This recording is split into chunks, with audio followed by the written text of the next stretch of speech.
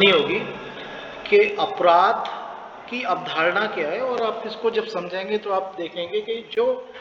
Present concept of crime है वो किस तरीके से ग्रेजुअली डेवलप होके हमारे सामने आया है।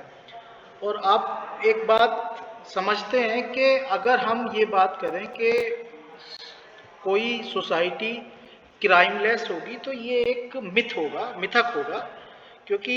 आप इस तरह का मतलब थिंक नहीं कर सकते हैं कि कोई भी सोसाइटी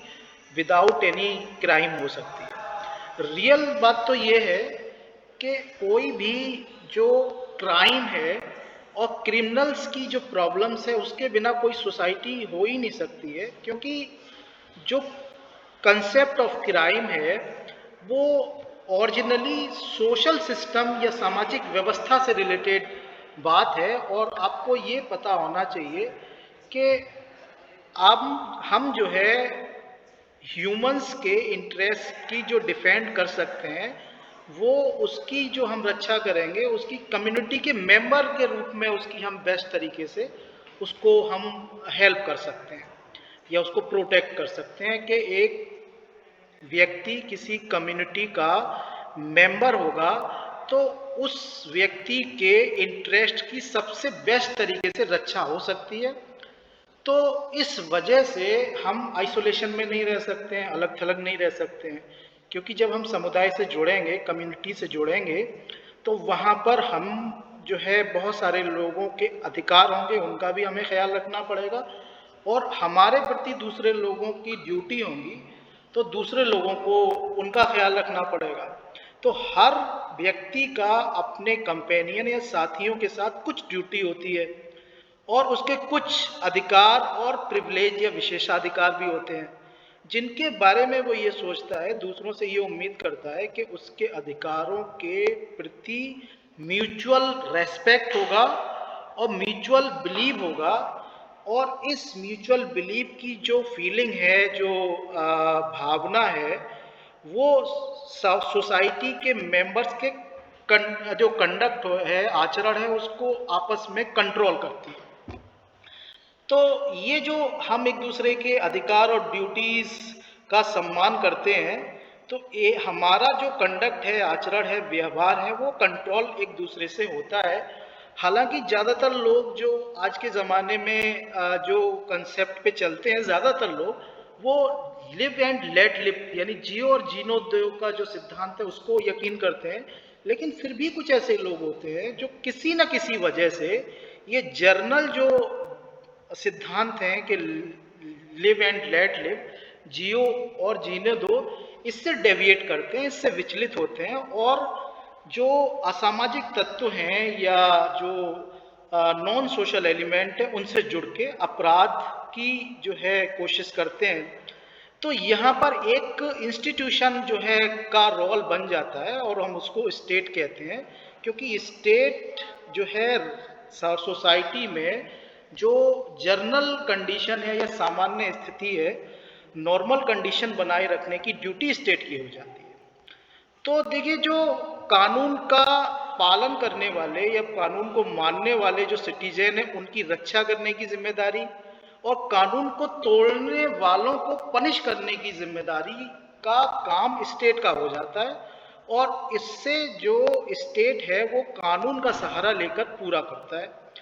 तो जाहिर सी बात है कि कानून तोड़ने वालों को पनिश करने के लिए स्टेट जो है कानून का सहारा लेता है, और कानून को मानने वालों की रक्षा करने के लिए भी स्टेट कानून का सहारा लेता है। यही वजह है कि सामंड ने जो कानून के बारे में जो बात की है वो ये बताया है कि जो कानून है वो सोसाइटी में पर्सन्स के कंडक्ट को कंट्रोल करने वाला रूल जो है वो होता है। यानी ये बताया है कि कानून क्या होता है, कि कानून वो नियम है जिसके द्वारा हम समाज में व्यक्तियों के कंडक्ट को रेगुलराइज करते हैं या कंट्रोल करते हैं, विनियमित करते हैं या नियंत्रित करते हैं। तो किसी पर्टिकुलर टाइम पे, पर्टिकुलर प्लेस पे जो लागू कानून होता है उसके द्वारा प्रोहिबिटेड जो कंडक्ट होते हैं, रोके गए कंडक्ट होते हैं, निषिद्ध कंडक्ट होते हैं, कि आप ये काम नहीं करेंगे, अगर करेंगे तो अपराध होगा, तो ये प्रोहिबिटेड कंडक्ट है या जो रॉन्गफुल एक्ट है जिसे हम अनुचित कार्य कहते हैं, उसको सामान्य तौर पे अपराध कहा जाता है। जबकि कानून जिन एक्ट को परमिसिबल करता है या अनुज्ञा देता है या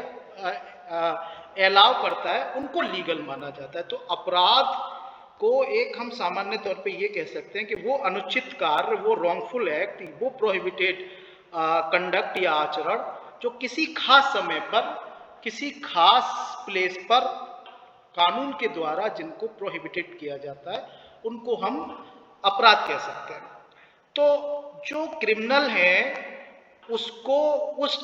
टाइम के कानून के तहत कोई काम करने के लिए, जो कि अपराध की डेफिनेशन में आता है, पनिश किया जाता है। और ये भी हो सकता है कि किसी विशेष समय पर उस कानून को अपराध की श्रेणी से बाहर कर दिया जाए, तो वो उस टाइम पर अपराध नहीं माना जाएगा। तो इसी वजह से किसी खास समय पर अगर कोई कार्य अपराध है और उसको आप कर रहे हैं, तो वो जो है अपराध माना जाएगा। हो सकता है कि कुछ समय बाद उसको अपराध की श्रेणी से बाहर कर दिया जाए, और किसी दूसरे स्थान पर हो सकता है वो चीज़ अपराध ना हो। जैसे इंडिया में कोई चीज़ अपराध है, हो सकता है वो अमेरिका में अपराध ना हो। तो किसी सर्टेन या स्पेसिफाइड टाइम पर, स्पेसिफाइड प्लेस पर जो कानून द्वारा प्रोहिबिटेड कंडक्ट होते हैं, उनको हम क्राइम कहते हैं। अब देखिए, जो हम अपराध के बारे में एक प्रिमिटिव कंसेप्ट क्या है, प्रारंभिक अवधारणा क्या है, उसको डिस्कस करते हैं। क्योंकि ह्यूमन सोसाइटी के शुरुआत से ही जो है क्राइम एक प्रॉब्लमेटिक चीज़ रही है, और शायद ही कोई ऐसी सोसाइटी हो जो कि क्राइम की प्रॉब्लम से जो है वो जूझ ना रही हो। तो every society is baffling with the problem of the crime. तो इसमें जो है एमिल दुर्खीम है,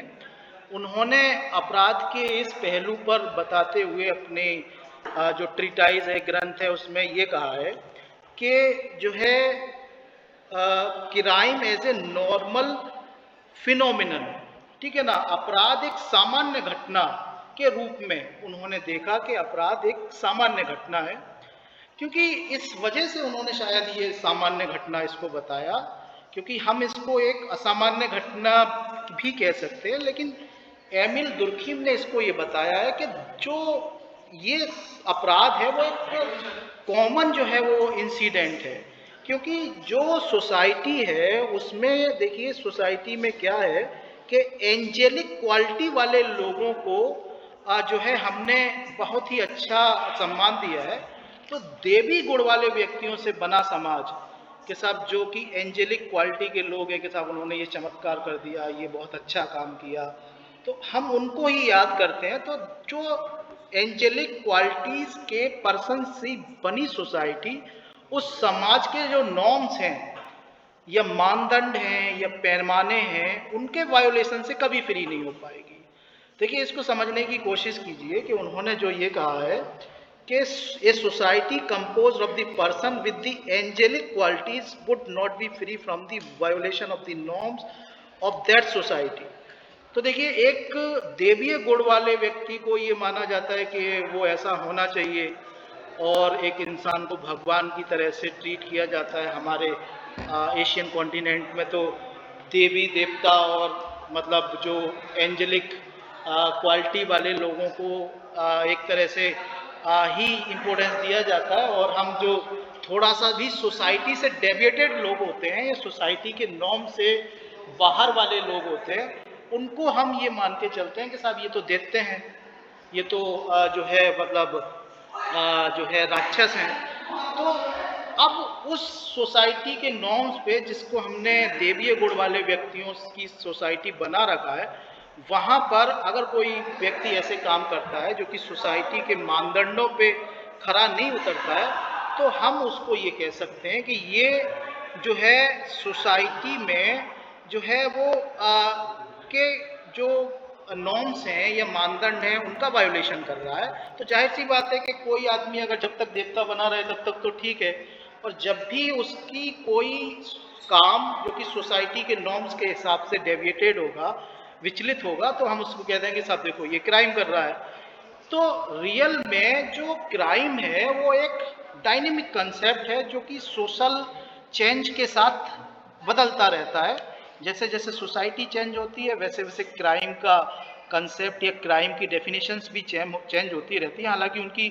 जो स्पीड होती है वो काफ़ी वीक होती है। हालांकि जैसे कि आप देख सकते हैं इंडियन पीनल एक्ट में बहुत सारी चीज़ें जो कि क्राइम थी आज की डेट में वो क्राइम नहीं है। ठीक है ना, जैसे मान लीजिए कि मतलब एडल्ट्री, जैसे मान लीजिए कि बाइगेमी। तो ये चीज़ें जो पहले क्राइम नहीं थी आज क्राइम हो सकती हैं, या आज क्राइम है कल क्राइम नहीं हो सकती हैं। तो ये क्राइम जो है वो एक डायनेमिक कंसेप्ट है जो कि सोसाइटी के चेंज के साथ बदलती है। हालांकि बदलने की गति इनकी थोड़ा धीमी होती है। तो ये लॉजिक के सोसाइटी में हर व्यक्ति यानी जो अपराध है या क्राइम है वो हर सोसाइटी की एक एसेंशियल करेक्टरिस्टिक्स है। यानी अपराध होना एक आवश्यक विशेषता है हर सोसाइटी की। यानी सोसाइटी है, समाज है, तो अपराध तो जरूर होगा, क्योंकि जो सोशल ऑर्गेनाइजेशन है या सामाजिक संगठन है उसकी फंडामेंटल कंडीशन ये है कि सामाजिक संगठन होगा, सोसाइटी होगी, तो अपराध होना ही है। तो सोसाइटी में क्यों होना है ऐसा कि सब समाज होगा तो अपराध होगा, बिना समाज के समाज में हो सकता है कि अपराध ना हो? ऐसा क्यों है कि समाज होगा तो अपराध होगा? ऐसा क्यों कह रहे हैं हम? वो इस वजह से कह रहे हैं कि सोसाइटी में डिफरेंट कम्युनिटीज होती हैं और डिफरेंट कम्युनिटीज के जो इंटरेस्ट होते हैं, हित होते हैं, वो चेंजिंग होते हैं। कि मेरा फायदा इसमें है कि मैं कम पढ़ाऊं, आपका फायदा इसमें है कि आप ज्यादा पढ़ें। तो डिफरेंट सोसाइटी के जो हित होते हैं वो चेंजेबल होते हैं और जनरली वो इनकंसिस्टेंट होते हैं कि मेरा हित किसी चीज में है तो आपका दूसरी विपरीत चीज में हित है। तो ये संघर्ष को या स्ट्रगल को जन्म देते हैं कि मैं चाहूंगा कि मेरा फायदा हो, आप चाहेंगे कि आपका फायदा हो। तो इस वजह से हम ये देखते हैं कि इन्हीं स्ट्रगल की वजह से सोसाइटी के डिफरेंट कम्युनिटी में अपराध की घटनाएं होती हैं, क्योंकि मैं अपना हित साधने के लिए इस तरह के काम करूंगा जो कि वो अपराध की को जन्म देंगे। तो देखिए ये जो है मतलब थोड़ा सा चीज थी। अब देखिए हिस्टोरिकली जो ह्यूमन सोसाइटी है उसका जो डेवलपमेंट हुआ है उसमें सोशल कंडीशंस में जिस तरीके से बदलाव हुआ उसमें अपराध का जो कंसेप्ट है वो बदलता रहा है। इसे इस फैक्ट से क्लियर किया जा सकता है, जैसे 12वीं और 13वीं सेंचुरी में शुरुआती इंग्लिश सोसाइटी की हम बात कर रहे हैं। इंग्लिश सोसाइटी में उन्हीं कामों को अपराध माना जाता था जो स्टेट या धर्म के विरुद्ध होते थे। उन्हीं कामों को केवल अपराध माना जाता था जो कि राज्य के खिलाफ हैं। और आपको पता है कि राजा के खिलाफ जो भी काम होते थे उसको अपराध कह देता था राजा के साथ। मेरे खिलाफ किसी ने विद्रोह किया, मेरे खिलाफ बातें की, तो ये अपराध है। और धर्म के खिलाफ, क्योंकि धर्म उस टाइम पर बहुत प्रोमिनेंट था। आपको पता है 12वीं 13वीं शताब्दी में कि कितना प्रोमिनेंट होगा। और आज भी धर्म बहुत ही पावरफुल इंस्ट्रूमेंट है या पावरफुल यंत्र है। आप धर्म के खिलाफ कुछ बात करेंगे तो मतलब दसियों लोग आपके खिलाफ खड़े हो जाएंगे। तो जो राज्य के खिलाफ बातें होती थी या धर्म के विरुद्ध कुछ काम होते थे उनको अपराध माना जाता था इंग्लिश सोसाइटी में 12वीं और 13वीं शताब्दी में, आज से लगभग 700-800 साल पहले। तो इस वजह से जो मान लीजिए कि राजद्रोह होता था या जो है रेप होता था या जो गॉड को क्रिटिसाइज करने वाली जो चीज़ें होती थी, ये चीज़ें जो है मतलब अपराध होती थी, जिसे हम ट्रीजन बोलते थे, राजद्रोह, रेप और ब्लेसफेमी। ब्लेसफेमी मतलब ईश्वर की निंदा करना या ईश्वर की बुराई करना। तो इन चीज़ों को अपराध माना जाता था, जबकि जो मर्डर होता था उसको अपराध नहीं माना जाता था। तो आप समझने की कोशिश कीजिए कि जो चीज़ें राज्य के खिलाफ थी, कि राजद्रोह किया किसी ने, राजा के खिलाफ बातें फैलाई, और जो है भगवान के खिलाफ बातें की, ठीक है ना, तो इनको तो अपराध माना जाता था। लेकिन मर्डर जो ऐसा अपराध जो कि हत्या होती थी उसको अपराध नहीं माना जाता था। रेप को हालांकि मतलब अपराध माना जाता था। तो जो प्रिमिटिव सोसाइटी थी, आदिम समाज था, उसमें अपराध का कानून यानी क्रिमिनल लॉ और टॉर्ट जिसे आपने पढ़ा होगा उसके बीच में कोई भी डिफ्रेंशिएट नहीं किया जाता था। और मुझे उम्मीद है कि आप लोग इस बात में अच्छी तरह से समझते होंगे कि अपराध में और टॉर्ट में क्या अंतर होता है। क्योंकि अपराध जो होता है, क्राइम, वो एक क्रिमिनल जो है एक्ट होता है, और जो टॉर्ट होता है वो सिविल एक्ट होता है, ठीक है ना। और उसके कंसिक्वेंसेस में भी अंतर होता है कि उसके लिए सजा दी जाती है अपराध के लिए, और टॉर्ट के लिए, अपकृत्य के लिए जो है कंपेंसेशन, एक या यूं कह लीजिए कि डैमेजेस जो है वो प्रदान कराए जाते हैं। तो पुरानी सोसाइटी इन दोनों के बीच कोई अंतर नहीं मानती थी कि अपराध अलग चीज है और टॉर्ट अलग अलग चीज है, ठीक है ना। और वो ये मान के चलती थी कि सब जो है लॉ ऑफ द रॉन्ग है, यानी एक तरह का जो है गलत, जो एक ही कानून है, और उस कानून को कहते थे लॉ ऑफ द रॉन्ग्स, यानी गलत कामों का जो है मतलब वो नियम जानते थे कि रॉन्ग्स का एक कानून है, अपराध क्या है, सिविल रॉन्ग क्या है, टॉर्ट क्या है, वो इस तरह के अंतर को नहीं मानते थे। लॉ ऑफ रॉन्ग्स यानी गलत कार्यों का विधि, वो उसको नॉलेज थी। तो केवल इस बात पर जो है कमेंट करते हुए फ्रेडरिक पोलाक और मैटलैंड है, उन्होंने ये कहा कि 10वीं सेंचुरी से पहले अंग्रेजी सोसाइटी जो थी वो क्राइम को टॉर्ट के साथ कंफ्यूज करती थी,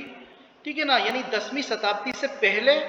क्राइम और टॉर्ट के साथ कंफ्यूजन में रहती थी, क्योंकि इस वजह से रहती थी कि उन्हें पता नहीं था कि क्राइम अलग चीज होती है, टॉर्ट अलग चीज होती है। क्योंकि इसकी वजह एक लॉजिकल ये भी थी, क्योंकि फैमिली का जो बॉन्डेज था, पारिवारिक बंधन जो था, वो जो है काफ़ी मजबूत था उस टाइम पे, क्योंकि फैमिली में सारे लोग, बल्कि पूरा पूरा कबीला मिलजुल के रहता था। तो अगर मेरे घर वाले को किसी ने मारा है तो मैं उसका निजी बदला लूंगा। मैं वहाँ पे जो है स्टेट का सहारा नहीं तलाशूंगा कि स्टेट या राजा जो है वो मेरे साथ आए और वो उस व्यक्ति को सजा दिलवाए जिसने कि मर्डर किया है। तो जो पारिवारिक बॉन्डेज था वो निजी प्रतिशोध या सेल्फ प्राइवेट रिट्रीब्यूशन पे ज़्यादा जो है वो गौर करता था, और जो सेल्फ डिटर्मिनेशन था, आत्म निवारण जिसे हम कहते हैं, उसके जो है मतलब अपने आप को रोक के, आज के ज़माने में हम क्या करते हैं कि स्टेट के ऊपर जिम्मेदारी सौंप देते हैं, भाई तुम मुकदमा चलाओ, क्राइम किया, मेरे भाई का मर्डर हुआ, ठीक है। तो हम वहाँ पे बदला न लेके क्या करते हैं कि स्टेट के ऊपर ये जिम्मेदारी सौंप देते हैं कि स्टेट इस जिम्मेदारी को पूरा करेगी। तो इस टाइम में हम जो है ये मान के चलते थे कि हम अपने आप को जो है मतलब वैकल्पिक तौर पर हम ये मानते थे कि अगर स्टेट की सहायता हमें लेनी है तो एक विकल्प है, नहीं तो हम खुद बदला ले सकते हैं। और ये क्रिमिनल से ये उम्मीद की जाती थी कि वो जो विक्टिम आदमी है उस टाइम पर उसको कंपेंसेशन दे दे, और वो कंपेंसेशन जो है उस अपराध की लिमिट और जो विक्टिम है उसकी कंडीशन पर डिपेंड करता था। तो विक्टिम अगर मजबूत होता था, ताकतवर होता था, तो वो ज़्यादा कंपेंसेशन ले सकता था, और अगर वो कमज़ोर होता था तो जाहिर सी बात है कि जिसने उसके भाई या कोई अपराध किया है वो उसको कम कंपेंसेशन देगा। तो इस तरीके से अपराध को मतलब सेटल किया जाता था। और वॉट नाम का एक मुआवजा होता था, कंपेंसेशन होता था, जिसको अगर पे कर देता था अपराधी, क्रिमिनल, तो वो उसके अपराध को धो देता था। इस तरह की बातें चलती थी, और उसके बाद में वो उस पोजीशन में व्यक्ति पहुंच जाता था जिसने क्राइम किया है कि उसके सारे पाप धुल गए हैं। तो इस तरीके से एंग्लो सेक्शन सोसाइटी में जो मुआवजा है, जिसको हम बॉड के नाम से कहते थे कि बॉड देने पर आपके सारे पाप धुल जाएंगे, क्राइम भी आपका खत्म हो जाएगा, आप उस व्यक्ति को या उसके परिवार को मुआवजा दे दीजिए जिसने कि वो अपराध किया है। तो उसका हर माइन्यूट जो है डिस्क्रिप्शन होता था, सूक्ष्म विवरण होता था कि अगर मर्डर किया है तो इतना कंपेंसेशन हो सकता है, चोरी की है तो इतना हो सकता है। तो अलग अलग अफेंसेस के लिए, क्राइम के लिए वो पेबल होता था, ताकि जो विक्टिम है वो मुआवजा पाने में हेल्प मतलब उसको मिल पाए। तो उसका डिस्क्रिप्शन हर क्राइम के साथ होता था। लेकिन एक चीज़ थी कि अगर बॉड देने से मना कर दिया गया है कि कोई कंपेंसेशन नहीं देना चाहता है, उसने अपराध भी किया है, तो लॉ के पास उसके पेमेंट को लागू कराने के लिए कोई वैकल्पिक सहारा नहीं था। जैसे आज कोर्ट का सहारा लिया जाता है, पुलिस का सहारा लिया जाता है, तो इन चीज़ों का सहारा लेने के लिए कोई भी मीन्स नहीं था लोगों के पास। इस कंडीशन में जो विक्टिम होता था या उसके रिलेटिव होते थे, वो अफेंडर के खिलाफ ब्लड मनी का एक मुकदमा चलाते थे जिसे रक्त देश भी बोलते हैं। तो ये मुकदमा जो है मतलब ब्लड फ्यूड का मुकदमा चलता था, और जिसे रक्त देश बोलते हैं इसका मतलब ये है कि कोई भी स्टेट उसको जो है आउटलॉ डिक्लेयर कर देता था कि ये व्यक्ति कानून को मानने वाला नहीं है, इसने किसी का मर्डर भी किया या अपराध भी किया और इसने कंपेंसेशन या वोट भी नहीं दिया, तो अब उसको अपराधी घोषित कर दिया जाता था, आउटलॉ घोषित करके। अब जब वो आउटलॉ घोषित हो जाता था व्यक्ति, तो कोई भी व्यक्ति उसको जानवर की तरह से दौड़ा दौड़ा के मार सकता था, इतना जरूर होता था। तो देखिए, अब एक चीज है कि जिन क्राइम्स को वोट देकर कंपेंसेट किया जा सकता था, जिनका मतलब मुआवजा देके दो पार्टी जिसने क्राइम किया, जिसके साथ क्राइम हुआ है, वो आपस में मैटर को सॉल्व करते थे। लेकिन कुछ ऐसे क्राइम भी थे जिसके लिए किंग को थोड़ा और ज्यादा अतिरिक्त या एडिशनल जो है फाइन देना पड़ता था, ठीक है ना। तो कुछ ऐसे अपराध भी थे जिनका आपस में सेटल कर लेते थे लोग, कुछ ऐसे अपराध भी थे जिसमें राजा को एडिशनल जो है कंपेंसेशन देके आप छुटकारा पाते थे, और कुछ ऐसे भी अफेंड थे जिसके लिए कोई भी आप मुआवजा दें, कोई भी बोर्ड दें, लेकिन फिर भी अपराध नहीं मिटता था। तो ऐसे में अपराधी को सजा भुगतनी पड़ती थी। तीन तरह के अपराध थे कि एक पीड़ित को मुआवजा देके आप छुटकारा पा सकते हैं, कुछ ऐसे भी थे कि राजा को एडिशनल मुआवजा देके आप छुटकारा पा सकते हैं, लेकिन कुछ ऐसे अपराध थे जिसमें आप कुछ भी करें लेकिन फिर भी आपका अपराध नहीं मिटेगा, तो मुआवजे से भी नहीं मिटेगा, राजा को कुछ एडिशनल जुर्माना देके भी आप छूट नहीं पा सकते हैं। तो ऐसे मामलों में राजा क्या करता था कि वो मतलब या तो मृत्युदंड देता था, या फिर उसमें जो है म्यूटिलेशन करता था, यानी उसके हाथ पैर कटवा देता था, अंग भंग करवाता था, या फॉरफीचर ऑफ द प्रॉपर्टी करता था, यानी जिसमें मतलब आपका संपत्ति जब्त करने की सजा होती थी। तो ये गंभीर किस्म के अपराधों में होती थी,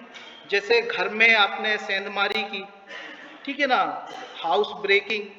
हार्बरिंग द आउटलॉ, या जिस व्यक्ति को आउटलॉ डिक्लेयर कर दिया गया है, अपराधी घोषित कर दिया है स्टेट ने, उसको आपने अपने घर में शरण दे दी,